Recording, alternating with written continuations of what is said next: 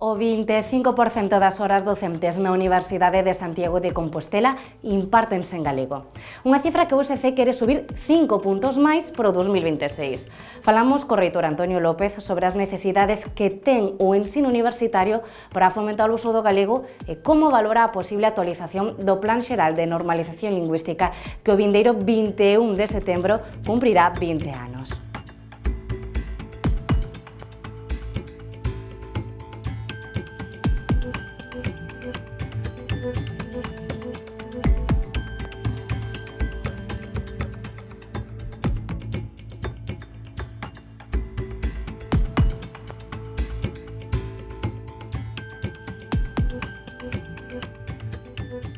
Digamos que no ámbito administrativo e no ámbito institucional diría que hai unha normalidade absoluta no uso de normalización absoluta no uso do galego, aí eu penso que sin eiva ninguna.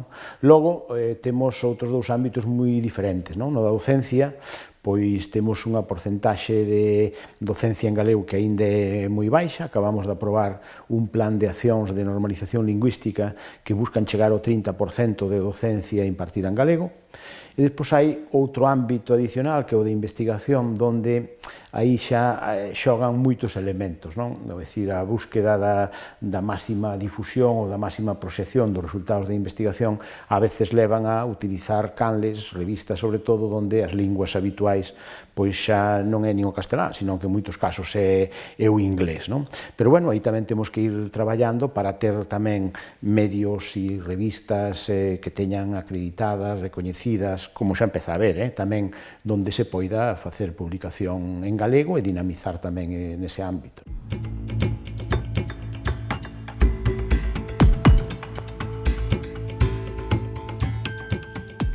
Sí, houve un incremento, eu digo que paseniño, pero a pasos moi pequenos no que é no ámbito da docencia, respondendo á diagnose anterior. No ámbito administrativo aí foi todo moito máis rápido e está moito máis consolidado. Que empezo a percibir eu que, bueno, antes tiñamos o galego fora e tratábamos de que o galego chegase e entrase na universidade e agora o mellor empezamos a percibir que o que nos falta é que non temos o uso do galego fora, quero dicir, na rúa, nos espazos de lecer, nas cafeterías, etc. Ese pode ser hoxe unha das evolucións, un dos grandes retos que me parece que se deben ter en conta tamén para ese plan xeral.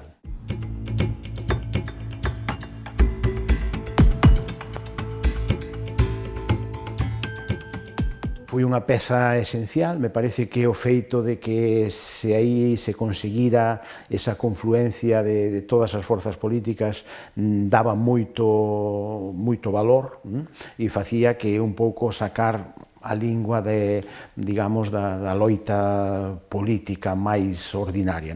Eu me parece que ese é o gran valor. Despois, bueno, actuacións como esta, que duda cabe que hai que ir actualizando cada certo tempo, porque a realidade tamén vai cambiando, pero para min o valor fundamental é ese valor de suscitar o encontro de todas as forzas políticas naquel momento.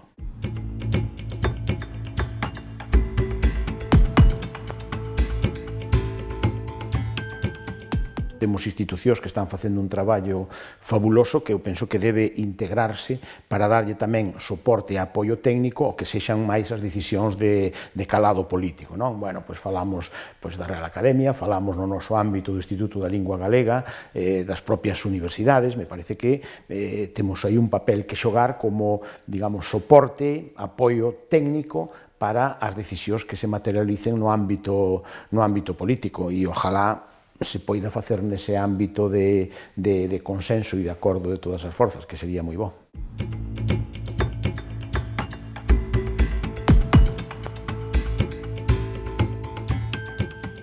Unha peza moi importante é facer unha diagnose acertada de cal é a situación que temos hoxe e cales son os retos que temos e as batallas que temos que dar e os logros que temos que acadar. Cando se falaba de normalización lingüística hai 30 ou 40 anos, pensando nas institucións, pensando na docencia, a idea era que, digamos, que o uso que había na rúa, o uso que había nos corredores dos colexios, etc., do galego, se levase tamén ás aulas.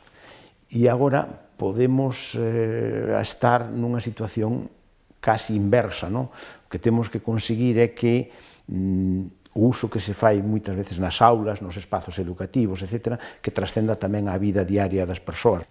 Ese é o gran reto que temos hoxe. Quizás podemos dicir que nunca houve un coñecemento tan amplo, un estudo tan xeral da lingua, pero o que nos está fallando, me parece a min, que é o uso nos espazos ordinarios da vida dos cidadáns, non? O sea, que cambia un pouco o escenario, e iso é telo en conta a hora de definir os plans.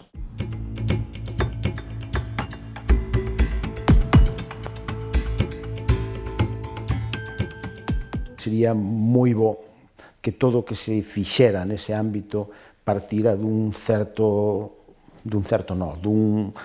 sólido consenso político, senón corremos o risco de, cando hai cambios, andar con accións de vai e ven, de mira para atrás, mira para diante, volve para atrás, e me parece que aí, e revisando eso en función de maiorías que hai en cada caso, me parece que non facemos un bo traballo, sino que acabamos convertindo eso nunha ferramenta máis de loita política, e me parece que eso non axuda nada a esa conciencia que debe ser unha conciencia xeral de toda a cidadanía sobre o bo uso da súa lingua, tamén no ámbito da docencia, non?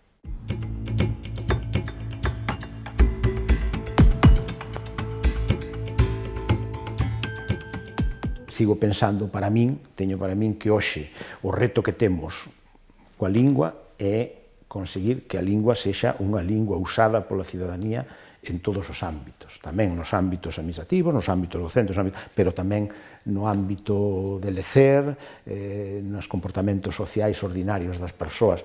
Ese é eu penso que é o gran reto que temos que lograr.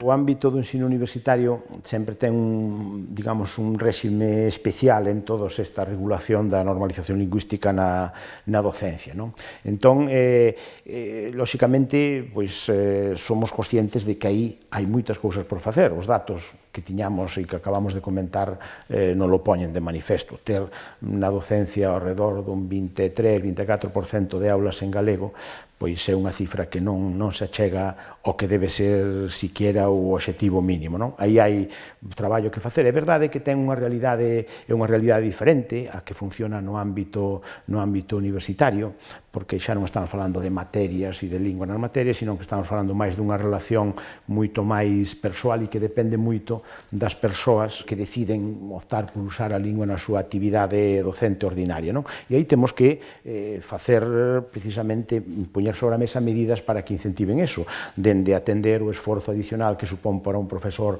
pois cambiar a lingua ordinaria que utiliza na súa actividade docente, como temos previsto no noso plan de normalización lingüística, a seguir avanzando nese uso normal, non? Temos traballo por facer.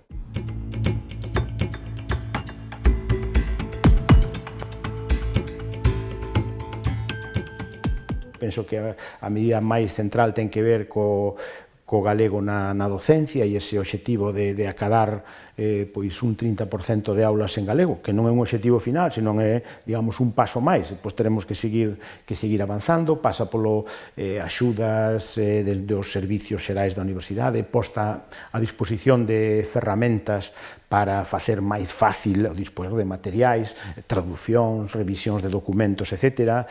Fala por incentivar ese uso do galego na docencia, pois recoñecendo, dicía fai un momento, ese traballo adicional que supón cambiar de lingua, cambiar materiais, cambiar o enfoque que lle hai que dar a esa actividade docente. Falábamos no ámbito da investigación, pois promover, dispoñer de canles de publicación en galego, de repositorios institucionais onde se podan ter acceso e publicar na lingua orixinal das persoas. Todo isto son favorecer todo tipo de contactos entre investigadores que poidan ir en favor da lingua, e hai un proxecto que non é como tal un proxecto, digamos, do plan de normalización ou do plan de medidas da universidade, que é desenvolver ferramentas que poidan servir para que o galego se use tamén hoxe no diálogo entre as máquinas, non? Ese proxecto nós no que estamos traballando para xerar unha serie de ferramentas de xeración de texto automático, traducción automática, etc., que permitan aplicar todas esas ferramentas ao galego e poñelo en igualdade de condicións que as linguas, digamos, grandes ou mayoritarias en Internet.